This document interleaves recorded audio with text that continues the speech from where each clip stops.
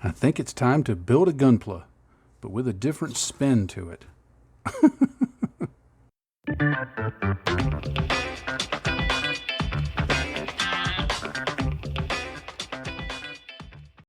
Hey, I'm John. Thanks for joining me for this video today. Now this is a gunpla that I've been wanting to build for a long time. It's a fairly simple kit. It's from the Build Divers anime, and it's called a Grimoire Red Beret. If you've seen the anime, you know the story behind it. For the purposes of my build, the story doesn't really matter. I just always thought this was a cool looking little kit. But I just never have gotten around to building it because I wanted to do something different with it. I like the look of it, but I wanted to do something different with it, but I couldn't quite come up with what I wanted to do. But that's changed. Now what's changed is I've managed to get hold of this rotor pack, tilt rotor pack, that plugs onto his back. And I thought, hey, that's pretty cool. That's what I want to build. That looks really different. I mean, you don't see anything like this normally in the gunpla world. So I was real happy when I found this at a good price, and I thought that's a cool project. But then I got to looking at these propellers here, and it reminded me a little bit of the U.S. Marine Corps' V-22 Osprey. If you've ever seen that, it's the big tilt rotor flying. I don't know whether you'd call it a helicopter, an airplane, a heliplane. But it's really cool. They tilt up like a helicopter so it can land, and then they take off, and then they tilt straight down, and it flies like a regular plane. I see them flying around here where I live quite often. And it's really impressive because they got these massive blades, and the sound they make is just so cool. Anyway, I saw this and I thought, well, you know, that kind of reminds me of a V-22 Osprey. And that got me thinking. I picked up this really nice set of decals from Extra Decal. They're a house brand of Hannets in the UK. I can highly recommend anything from Extra Decal, because I've used these before when I was doing aircraft builds. They're printed by Cartograph, who does the finest, absolutely the finest decals on the planet. They're just wonderful, and so they're printed by Cartograph. And I thought, why not take some actual Osprey decals and add those onto the Grimoire Red Beret? Because I started looking at these colors, and I thought these just transition from a light gray to a dark gray. There's actually 3 shades of gray on it. There's this lighter gray, then a medium gray, and then this nice dark blue gray. And I thought that would look really good on the Grimoire Red Beret with the Marine Corps markings on it. And so I was pretty happy with that decision. But then my brain kept thinking on it. Now I thought, okay, if it's going to be like a V-22 Osprey, and I'm going to kind of reimagine it, maybe in a more modern era, closer to where we live, why not put it on a section of carrier deck? So I got this. It's an Italeri kit. It's just it doesn't come with an airplane. That's just there for demonstration purposes. But it's just a big chunk of carrier deck. And as you'll see when I start getting into the build, it's a really big piece of carrier deck. So it's going to look, I think it's going to look really cool to get it on this base.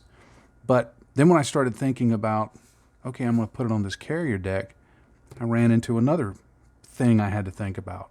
Now the kit is an HG kit, a high grade kit, and it's 1/144th scale in the Mobile Suit Gundam world, which means that this little guy here represents how big a man is next to this thing. So it's really big.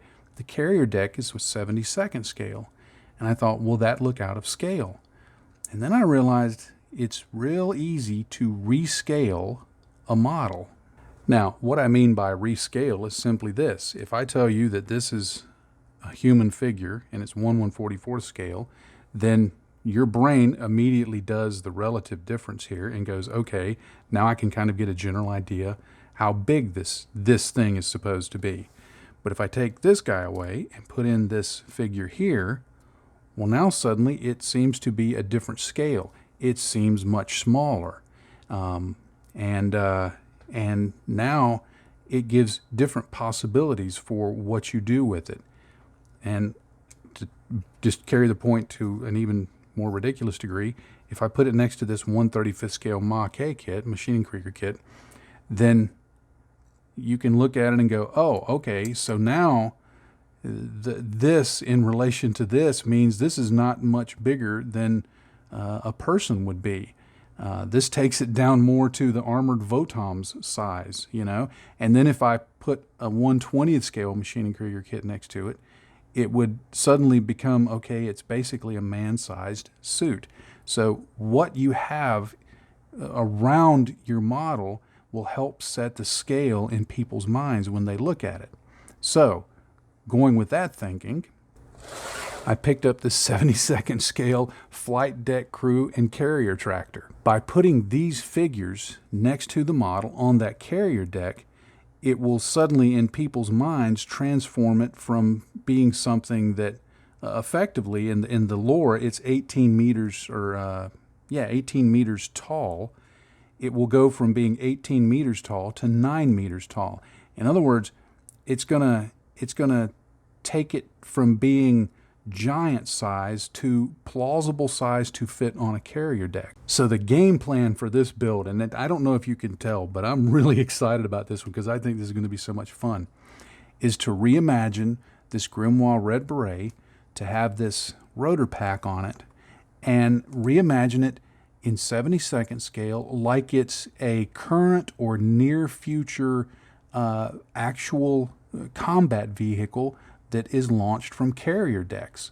So it's going to present a lot of opportunities for painting and weathering and presentation that you might not normally have with a gunpla, and it's going to squarely root it in our modern world, and hopefully it's going to end up looking pretty cool.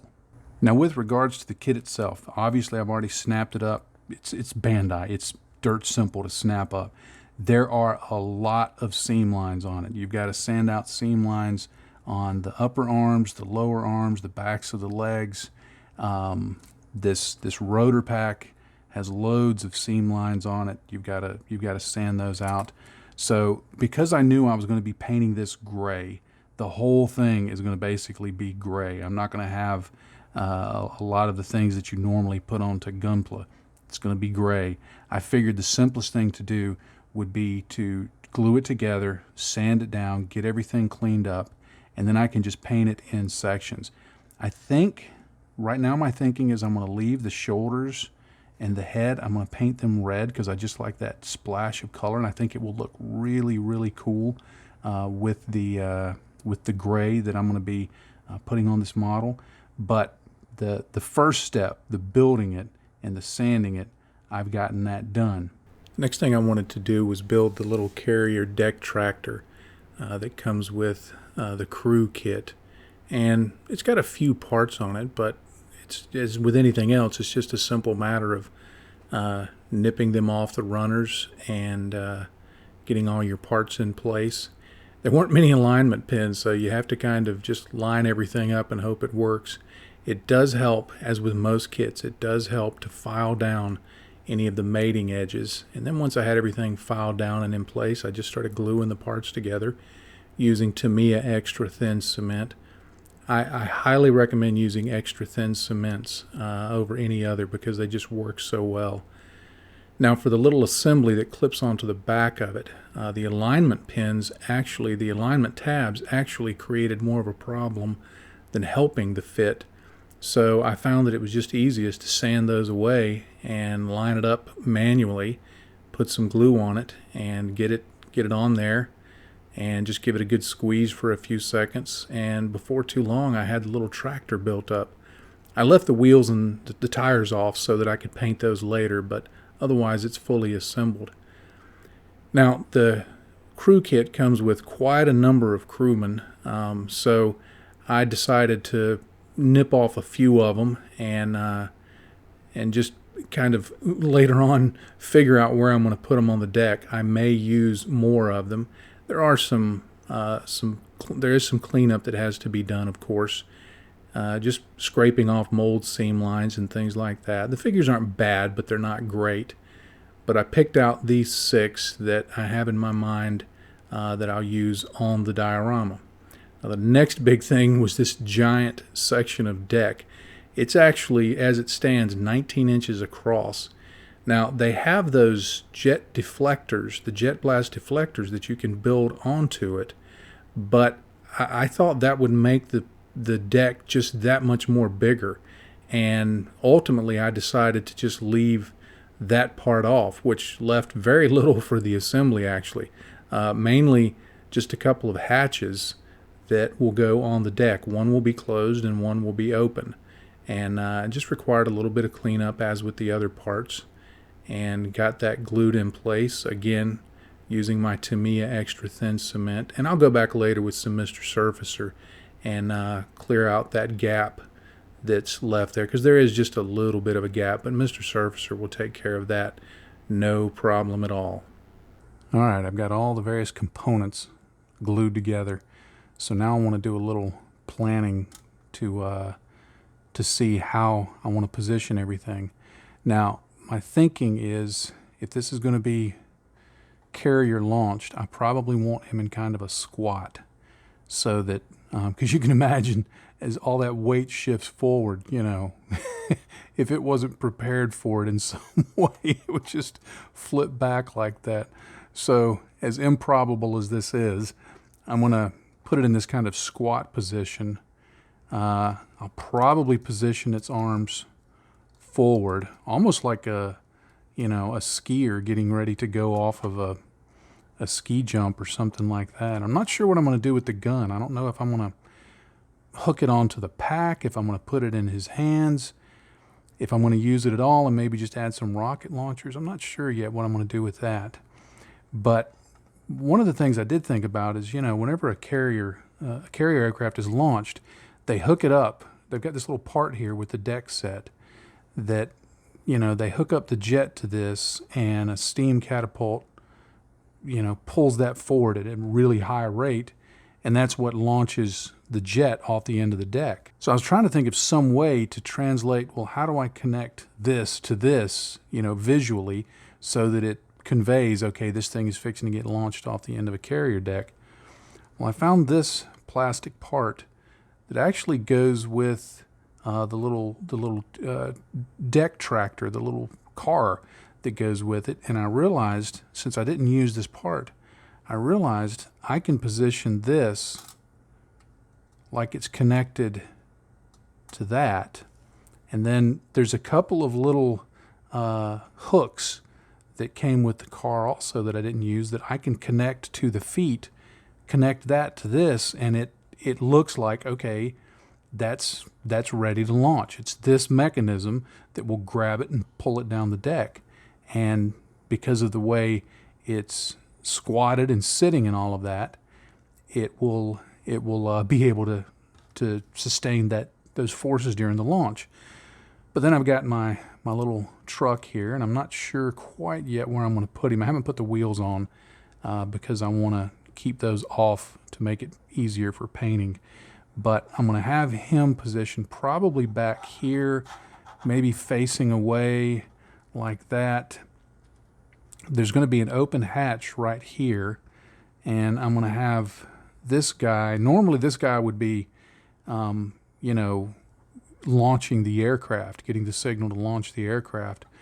But I'm going to have him, since we're not going to be looking like we're launching quite yet, I'm going to have him holding that up like, yeah, I've got this right here. Here's the wrench. The couple of pilot figures, I think I'm going to have them, and if they don't stand up, you'll understand. But I think I'm going to have them walking up like they're getting ready to get in the vehicle, because I'm imagining this is a manned vehicle. Originally, I thought I would have it as an unmanned vehicle, but I just got to thinking I need more figures on the deck, so I'll use the two pilots. This guy that's got his arms up like that, I'm thinking I'm going to have him looking off the scene, like he's looking at something else, maybe the launch track over on the other side. Maybe he's looking at that. This guy here is kind of in a kneeling position. I'm thinking about creating a small panel and opening it up like he's looking inside of it and like that. And of course, anytime you got people working, you need somebody standing around with their arms folded. So that's what this guy's going to be doing from somewhere over here. But right now, that's what I'm thinking the layout's going to be, is something like this, that they're preparing it for launch, but it's not yet, the engines aren't started up and all of that. I'm going to imagine that it's been sitting out there waiting for, an early morning launch, and now everybody's coming out and starting to get ready for the launch. So that's my story, and I'm sticking to it. Well, with all that sorted out, it's time to get everything primed. Now, before I start priming, I want to talk about primers just for a brief moment. These are the primers that I normally use for most models, and the way I decide which one to use in general, and this has evolved over time. For a long time, I pretty much used Stynylrez, which is a water-based acrylic primer. It's a very good primer. If this is what you have, use it. It's great stuff. I've used it on plenty of models, plenty of gunpla. But more and more, I'm preferring to go with something that's lacquer-based. And the reason being is it's just a little tougher. It's a little more durable. And, when you have articulation on a gunpla, say the knee where it's moving like that, if parts are rubbing together, no amount of primer or paint is going to keep it from scraping. But where it's not a hard rubbing together, say ball and socket joint or a very close knee joint or something like that, but where you're articulating the arm and it brushes up against the body, the torso, or something like that, your lacquer thinners are going to have a greater chance of holding in place and not having paint scrape down to the plastic. So the basic decision for me now is how hot do I want it to be, which is usually as hot as possible, and how fast do I need to apply it. So most of the time, I go with the Mr. Surfacer 1000. Put that through my airbrush and just thin it with Mr. Color leveling thinner. If I need to get something done and get moving on, and I don't want to take the time to load up my airbrush, clean my airbrush, do all of that, I'll go with one of the rattle can primers, either from Mr. Hobby or from Tamiya. But that's kind of the methodology, the thinking I have on how I pick my primers. Now, I went with the Mr. Surfacer 1000, which is a medium gray, light gray to neutral gray color. Color choice when you're priming can be very important. If you're wanting your colors to be brighter, you want to use a lighter primer, white or a very light tan or a very light gray. If you're going for a more desaturated look, you're wanting some of that pre-shaded look, maybe something like black, but it doesn't have to be black. It can be a dark gray. Under certain colors, blue or purple or a dark brown look really good, and they can help maintain a vivid look to the colors, but still give kind of a pre-shaded, desaturated look. So don't just always think in terms of either black, white, or gray. There's a lot of things that go into priming, so try different things. Now, I did for the parts, like you'll notice here, a good example is on the head. On this, you'll note that you can still see a little bit of the red poking through here and there. On the Gundam parts, I didn't worry too much about a completely thorough prime. I mainly wanted to bring the surface to a neutral look. I wasn't so much worried about covering up all the colors and getting a really thick primer coat on there, because I'm going to be airbrushing those with another base layer later on. That'll be in part 2 of this series. And I'll be using either Tamiya paints or Mr. Color paints, and both of them will be thinned with Mr. Color leveling thinner, which is a lacquer thinner, and that adheres really well. In fact, sometimes you can get away with just using that, but Anyway, so on these parts, I didn't worry too much about a thorough prime because I know that later coats are going to adhere fine, cover well, and I won't have to worry about it. One other note, on the clear parts, I used some clear masking fluid to mask those parts. So at the end, I'll be able to just take a toothpick and clean that off really easy. Now, on the figures, I did make sure to give them a thorough coat of primer because I'm going to be brush painting those with acrylics. When you're brush painting with acrylics, you do want to make sure you have a very thorough primer coat there because the acrylics will adhere much better to the surface if you've got a thorough priming coat. So that's something, again, to think about when you're priming your models.